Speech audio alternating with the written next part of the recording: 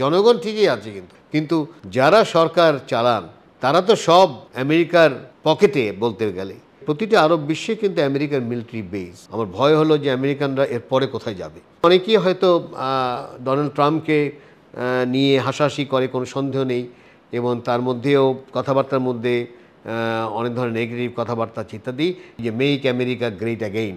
বড় আকারই অস্ত্র ব্যবসার সম্পর্ক আছে, কারণ যারা বা যেসব দেশ অস্ত্র তৈরি করে বা যাদের অর্থনীতি অস্ত্রর কাঠামোর মধ্যে থাকে, যেটাকে আমরা মিলিটারি ইন্ডাস্ট্রিয়াল কমপ্লেক্স বলি বা মিলিটারি বিজনেস কমপ্লেক্স বলি, সেই কাঠামো যেসব দেশে থাকে সেই দেশগুলো কিন্তু স্টেবিলিটি অতখানি চায় না যতখানি ইনস্টেবিলিটি চায়। কারণ তারা দেখে যে আমার ইকোনমি যদি বড় আকারে যদি থ্রাইভ হতে হয়, উৎপাদন যদি বড় আকারে করতে হয়, এখন আমি বানাই অস্ত্র, সেটা যদি আমি না বিক্রি করতে পারি বা আমি যদি না বানাতে পারি, তাহলে তো আমার কি বলা হয়, আমার অর্থনীতির প্রতি একেবারে মানে পড়ে যাবে। এবং এই কারণেই আমেরিকার প্রেসিডেন্ট আইজেনহাওয়ার, যিনি একজন মিলিটারি লোক ছিলেন, তিনিই বলেছিলেন যে এই মিলিটারি ইন্ডাস্ট্রিয়াল কমপ্লেক্স থেকে তোমাদের সাবধান হতে হবে। সেই কবেকার কথা, কিন্তু আমেরিকা ওখান থেকে কিন্তু আর বার হতে পারল না। তার বড় আকারেই কিন্তু কাঠামোটা হলো অস্ত্র উৎপাদনের। তো যখন সে বলে, তার কি বলে প্রেসিডেন্ট বা সেনেট যখন পাশ করে যে $60 বিলিয়ন আমি দিলাম কে, বা $40 বিলিয়ন দিলাম তাইওয়ানকে, এই যে কথাগুলো আমরা মাঝে মাঝে শুনি, মনে রাখতে হবে এটা ইউক্রেনও পাচ্ছে না এই টাকা, এই তাইওয়ানও কিন্তু পাচ্ছে না। এই বিলিয়নস অফ ডলার আমেরিকার যারা অস্ত্র উৎপাদন করেন তাদের দেয়া হচ্ছে, কিন্তু পয়সাটা দিতে হবে আবার ইউক্রেনের। মানে জিনিসটা হলো এই স্ট্রাকচারটা কিন্তু মজার স্ট্রাকচার, এটা তার অর্থনীতির মধ্যে যাচ্ছে। এবং ওই লোন কিন্তু এগুলো কোনো কিন্তু ফ্রি না। এই তাইওয়ানকে যেটা দিচ্ছে, ইউক্রেনকে যেটা দিচ্ছে, ইসরায়েলকে যে দিচ্ছে, ইজিপ্টকে দিচ্ছে, কোনোটাই কিন্তু ফ্রি না। এগুলো সবগুলো হলো লোন এবং উইথ ইন্টারেস্ট।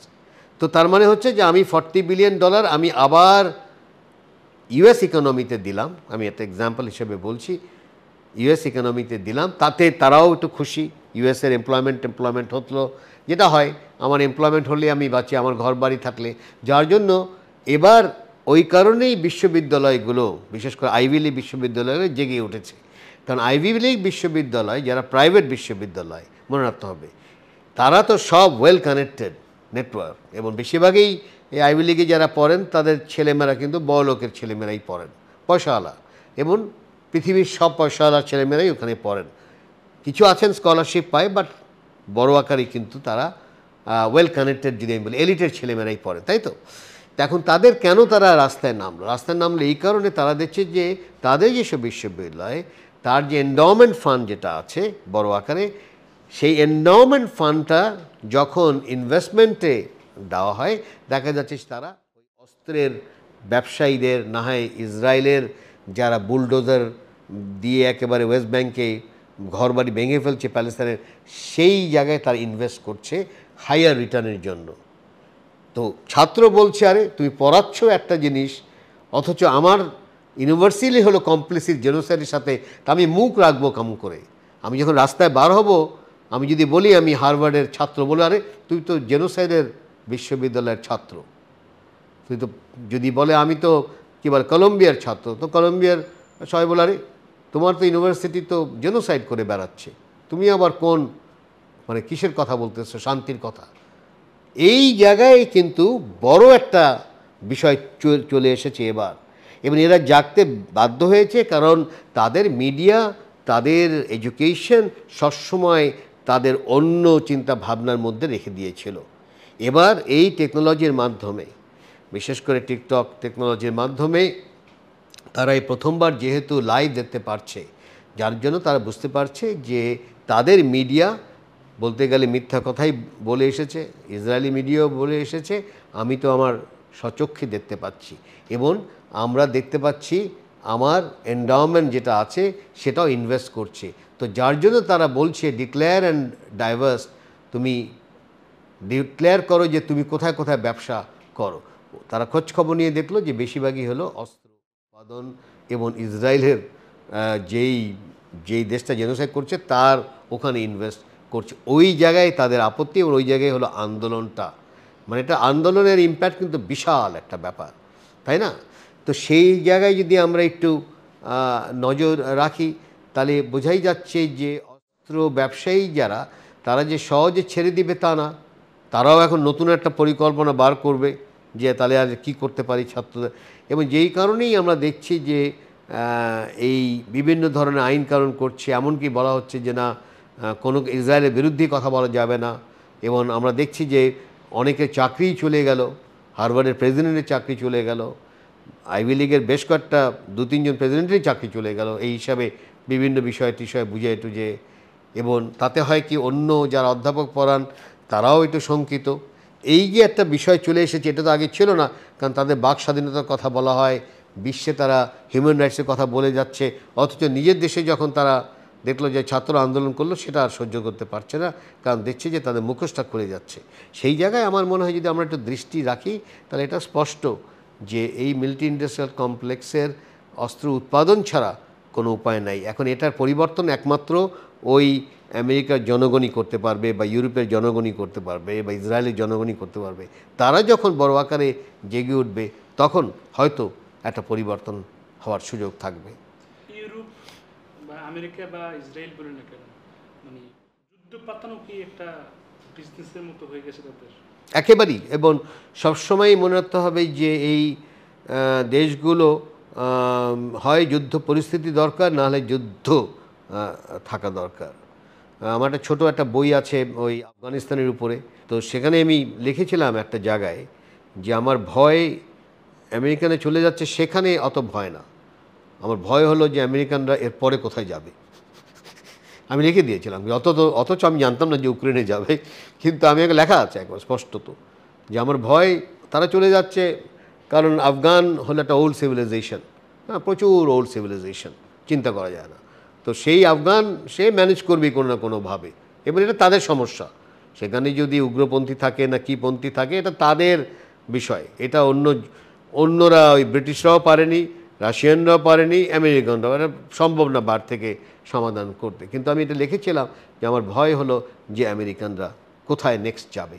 এবং এখনও আমার ভয় হলো এই আজকে যদি ইউক্রেনের যুদ্ধ যদি থেমে যায়, আজকে যদি প্যালেস্তাইনে 2 রাষ্ট্র করে যদি থেমে যায়, তখন মাথার মধ্যে আমার সবসময় আছে তাহলে এর পরে কোথায় সে যাবে। সে যেতে বাধ্য, কারণ তার যে মিলিটারি ইন্ডাস্ট্রিয়াল কমপ্লেক্সের সাথে তার এমপ্লয়মেন্টের ব্যাপার আছে। তো আমেরিকার পুরো ইকোনমিটাই তো হলো মিলিটারি ইন্ডাস্ট্রিয়াল কমপ্লেক্সের মধ্যে দাঁড়িয়ে আছে।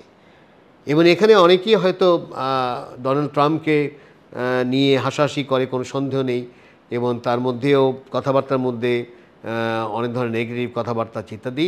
কিন্তু ওই ট্রাম্পই কিন্তু অন্যতম যে চেষ্টা করছে, সে যেহেতু সে নিজে ব্যবসায়ী, সেই এখন চেষ্টা করছে এটাকে অন্যভাবে নেওয়া যায় কি না, ওই যে মেক আমেরিকা গ্রেট অ্যাগেইন, হ্যাঁ, মাগা, হ্যাঁ, তাই না? এবং সেই চাচ্ছে, ইউরোপকে বলছে আরে আমি কেন তোমার নিরাপত্তার পয়সা দেবো, তোর নিরাপত্তা পয়সা তুমি তোমার নিজেরটা দিবা, আমার কারণ বিশাল তার কাঠামো, মানে জার্মানিতেই 119টা আমেরিকান মিলিটারি বেজ আছে। তো এর অস্ত্রটা কোত্থেকে আসবে?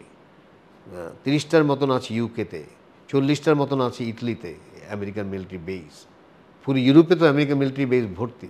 তো এর অস্ত্র সবসময় তার উন্নয়ন করতে হবে, ওই উন্নয়নে আবার রিসার্চ অ্যান্ড ডেভেলপমেন্ট দরকার, ওই রিসার্চ অ্যান্ড ডেভেলপমেন্টের জন্যই আবার ওই বিশ্ববিদ্যালয়গুলো আবার এই যে কাঠামোটা, এই কাঠামোটা যদি পরিবর্তন না করতে পারে, সেখানেই ডোনাল্ড ট্রাম্প, যেহেতু সে একজন ব্যবসায়ী, সে মনে করে যে না এই যুদ্ধ ছাড়া অন্যভাবে আমি করতে যাব। কিন্তু করতে যাই যেটা হয়, তাকেও বিভিন্ন ধরনের কথাবার্তা বলতে হয় মনে হয়, কিন্তু মনে হয় না যে খুব সহজে এটা সম্ভব। ওই জায়গায় যতক্ষণ আমেরিকার জনগণ যতক্ষণ অ্যাটেনশন না দিবে, আমার মনে হয় না যে এই যুদ্ধ প্রস্তুতি বা যুদ্ধ আভাস বা যুদ্ধ করা ছাড়া, বিশেষ করে এই কতগুলো দেশ যেটা নাম বললাম, এদের আর কোনো উপায় আছে, বিশেষ করে আমেরিকা তো বটেই। ইরাক আমেরিকার যুদ্ধ শেষে সংবাদে অনেক তথ্য এসেছে ইরাকে হামলা করা ঠিক হয়নি। এর পরবর্তীতে যে যুদ্ধগুলো অনুষ্ঠিত হলো সবগুলোর পেছনে আসলে যুক্তি কি আসলে? কোনো যুক্তিই নেই। মূল যুদ্ধ হলো অস্ত্র বিক্রি করে লাভ হচ্ছে ইত্যাদি, এবং আমেরিকার জনগণ চুপ করে থাকেন এই কারণে যেহেতু ওই লাভের অংশ তো তারাও পাচ্ছেন। আমি যদি দেখি আমার খাবার ঠিক মতন আসছে, আমি তার প্রশ্ন করি না যে এটা কিভাবে আসলো। হ্যাঁ, এটা তো সহজ কথা।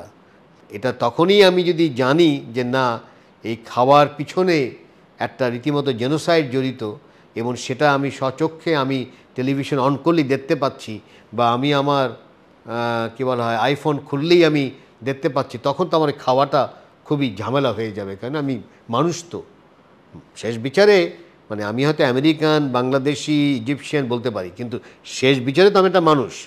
তো মানুষ হিসাবে তার স্বাভাবিকভাবে সে কী বলে এমপ্যাথাইজ করতে বাধ্য যে মারা। আর যদি শিশু নারী হয় তাহলে এটা কি হচ্ছে, আমি তাহলে কার কী বলে ফেলোশিপ পেয়েছি বা স্কলারশিপ পেয়েছি, চাকরি পেয়েছি, বড় বড় প্রফেসররা পড়াচ্ছে, কিন্তু সবগুলো তো পয়সা দিচ্ছে তো যেই জেনোসাইডের টাকা দিয়ে।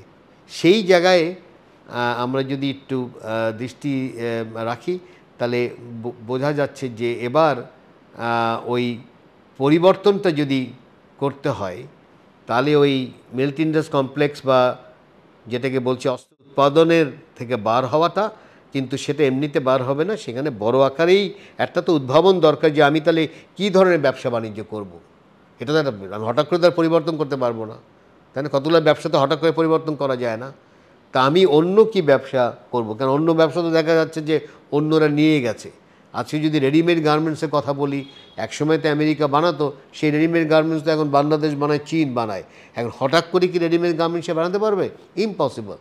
কারণ নিউ ইয়র্কের যে কাজ করে সে কি আমার এখানে যারা কাজ করেন একই বেতনে যদি থাকেন তাতে ও তো মারা যাবে, ও তো তার কাছে তো কিছুই না। কেন আমার কাছে না হয় $10 সাংঘাতিক, কিন্তু একজন আমেরিকানের কাছে তো আর $10 কিছু না। তো সেই জায়গায় পরিবর্তন করাটাও কিন্তু বড় একটা চ্যালেঞ্জ। সেই চ্যালেঞ্জটা কতখানি আমেরিকার জনগণ প্রেশার দিয়ে তৈরি করতে পারবে কিনা সেটা দেখা দরকার। তবে আমি সবসময় মনে করি মানুষের একটা উদ্ভাবন শক্তি থাকে, এবং আমেরিকান জনগণ বিশেষ করে এবার যেভাবে রাস্তায় নেমেছে ছাত্ররা, তারা প্রেশার, এবং যেহেতু তারা একটা আইভি লিগের ছাত্র, সবাই মেধাবী ছাত্র, কোনো সন্দেহ নেই, তারা যদি প্রেশার দিয়ে চিন্তা ভাবনা করে বড় ধরনের নতুন কাঠামো তৈরি করতে পারে তাহলে হয়তো একটা সম্ভাবনা আছে। না হলে এই ধরনের রাষ্ট্রের যুদ্ধ ছাড়া আর কোনো অন্য কিছু করা কিন্তু সম্ভব হয় না।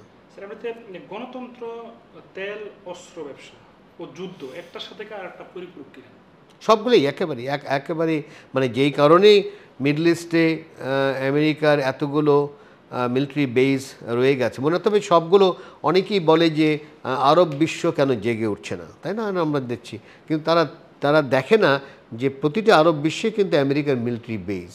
সৌদি আরবিয়ায় 10টার মতো মিলিটারি বেস আছে, কুয়েতে আছে, বাহারেনে আছে, ইজিপ্টে আছে, সবগুলোর মধ্যে কিন্তু আমেরিকার মিলিটারি বেস আছে, এবং এরা বছরের পর বছর ওই দেশের যেই সরকার বা যে এলিট তাকে সাহায্য দিয়ে এসেছে। তো তার জন্য জনগণ কিন্তু ঠিকই জেগে উঠেছে। ইজিপ্টে বড় ধরনের, কায়রোতে কী বলা হয় রাস্তায় নেমেছে, জর্ডানে বড় আকারে কী বলা হয় আন্দোলন হয়েছে, প্যালেস্তাইনের পক্ষে আছে, জনগণ ঠিকই আছে। কিন্তু যারা সরকার চালান তারা তো সব আমেরিকার পকেটে বলতে গেলে, এবং তাদের ছেলেমেয়েরাও দেখা যাবে যে একটা আমেরিকায় আছে। মানে আমাদের এলিটের থেকে পার্থক্য নেই, আমাদের এলিটের জন্য এক পা বাইরে, মানে পশ্চিমা দেশে, তাই না? ওদের এলিটেও এক পা বাইরে। তার চেয়ে বড় হলো আমাদের যেটা নেই, আমাদের এখন পর্যন্ত আমাদের আমেরিকার কোনো বেস টেস নেই, কিন্তু ওখানে তো প্রত্যেকটা দেশের একাধিক মিলিটারি বেস আছে। তো যেসব আমেরিকার মিলিটারি বেস এতদিন ধরে কি বলা হয় তাদের নিরাপত্তা দেখেছে, হঠাৎ করে যদি বলো আপনি কালকে চলে যান, সে কি যাবে? বা সে বলে বাবা এটা কি হলো, তোমার সাথে আমি এতদিন তোমাকে নিরাপত্তা দিলাম। সেই জায়গায় সমস্যা হয়ে গেছে, যার জন্য সমাধান আমি মনে করি বড় আকারে ওই আমেরিকার জনগণের কাছেই। জনগণ তারা যখন জেগে উঠবে তখনই একটা সমাধান হবে।